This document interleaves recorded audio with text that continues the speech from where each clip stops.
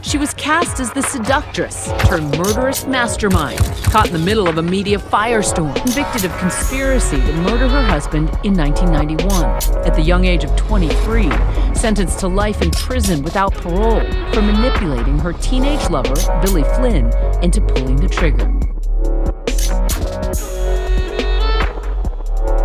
Hey everybody, welcome back to my channel. It's Maya Mystery here with a new video for you today discussing psychopathic manipulation.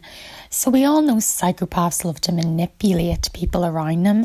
This particularly helps them to commit atrocities against their victims and for them to maybe get away, to get off scot-free. And the case that I'm discussing today is no different. That is the case of Pamela Smart. She was an American woman who was convicted of conspiracy to commit murder, witness tampering and accomplice to first-degree murder. In 1990, when she was just 22, she was accused of conspiring with her underage sex partner, 15-year-old Billy Flynn, and 3 of his friends to have her 24-year-old husband, Gregory Smart, killed in Derry, New Hampshire.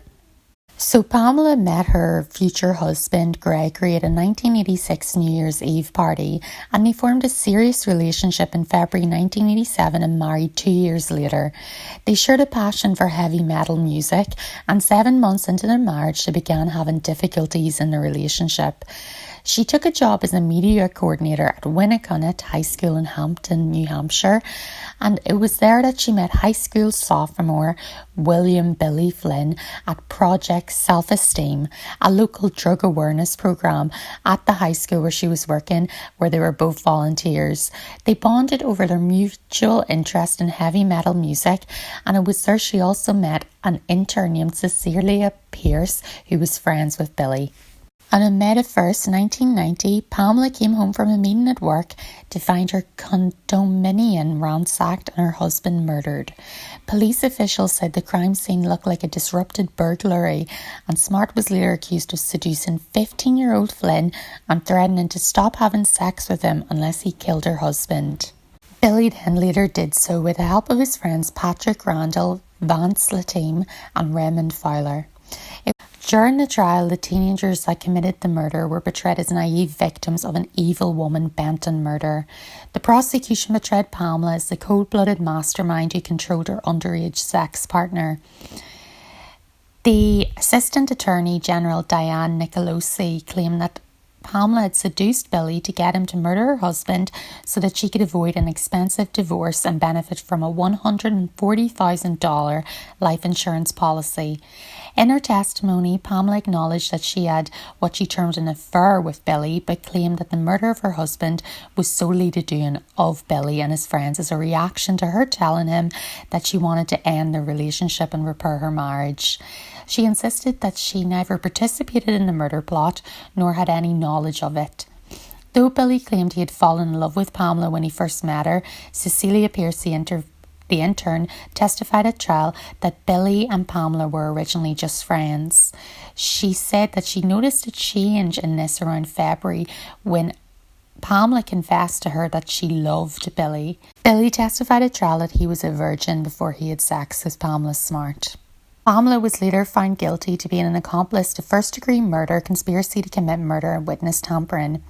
And this tampering stemmed from Pamela coercing Cecilia not to say anything to authorities. The conviction was largely the result of the testimony of her co-conspirators and secretly taped conversations in which she appeared to contradict her claims of having wanted to reconcile with her husband and having no knowledge of the boys' plot. She could have been charged with capital murder, but the prosecution decided against it, and later that day she was given a mandatory sentence to life in prison without the possibility of parole. So what is it about the Pamela Smart case that makes it so headline worthy? Well, for me in particular, when I was reading about this case, one of the things that struck me as particularly sinister was the fact that this woman was very calculated in wanting to commit her crime. She specifically chose someone who she would have power over. At the end of the day, she was an official in a position of authority in the school where this kid Billy Flynn was attending. He was also a very insecure kid who was, in this Project Self-Esteem program, which obviously indicates that he, was probably easily manipulated by this, strong charactered woman. It teaches us a lot about how psychopaths commit their crimes. The thing about psychopaths, which is unfortunate, is that they're actually very clever at covering up the things that they do and the harm that they cause. Psychopaths aren't the type, sociopaths are more likely to make stupid mistakes and to leave evidence behind or get themselves into stupid situations. Pamela, what makes her different is that she was very, very clever in the orchestration of what she wanted to be done. She specifically singled out Billy. She knew he was insecure. She knew that he would fall in love with her. As he said, he was a virgin before he met her. And she was able to slowly start planting the seed of how bad her husband Gregory was. Does this make her completely responsible for what Billy done? No, she didn't pull the trigger, but she should have known better. She was an adult manipulating teenagers and having an affair with one of them, which led to her husband's murder. So one thing that I actually wanted to touch on as well, once I was reading this case, that made me think about is that psychopaths can actually use emotional intelligence to harm and manipulate others. Criminal psychologist Robert Herr, who I've talked about a lot on my channel, spent most of his life studying psychopaths and learning what makes them tick. He says, there are people who are partway up the scale, high enough to warrant an assessment for psychopathy, but not high enough up to cause problems. Often there are friends who are fun to be around, they might take advantage of us now and then, but it's subtle and they're able to talk their way around it. Note psychopaths' ability to talk their way around it. Their tendency to take advantage of others intellectually, we may identify what they're doing, we may even call them out for it, but these people play on our emotions to get us to dismiss their behaviour. Research supports these conclusions that some individuals are highly skilled at using the ability of emotional influence for selfish gain, i.e. Pamela Smart. So we can consider one of the experiments actually carried out by Dr. Christian Keizers, Professor of Social Neuroscience at the University of Amsterdam. Him and his team analysed the brain activity of 21 convicted violent psychopathic offenders, comparing the results with 26 men of similar age and IQ. The participants were shown movies of people hurting each other while brain activity was measured. And later, a doctoral student would slap the patients on their hand to localise brain regions connected with feeling of touch and pain. The goal was to see if patients' brains activated a feeling of pain in their own brain when viewing the pain of others.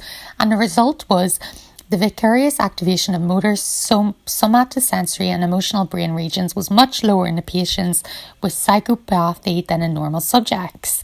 The theory seemed right, their empathy was reduced, and this could explain why they committed such terrible crimes without feeling guilt. But one question still plagued Keizers. How could these individuals prove to be so charming at times? He said, I remember chatting with one of the patients, a particularly severe psychopath, and surrounded by guards, he seemed like a pleasant person. He was smiling, engaging, and seemed to feel exactly what we wanted from him.